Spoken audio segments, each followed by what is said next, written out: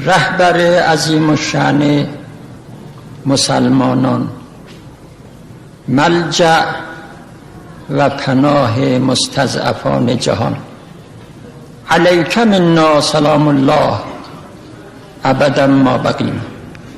بسم الله الرحمن الرحیم.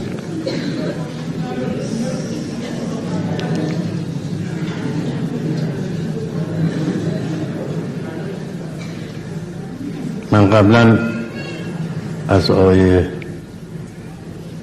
مشکینی گله کنم.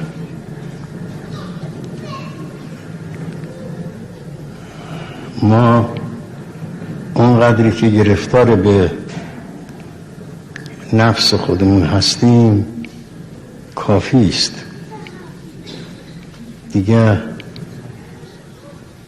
مسائلی نفرمایید که انباشته بشود در نفوس ما و ما را به عقب برگرداند. شما دعا کنید که آدم بشیم، دعا کنید که حتی به همین ظواهر اسلام عمل بکنیم. ما که دستمون به اون بواطن نمیرسد، لااقل به این ظواهر عمل بکنیم.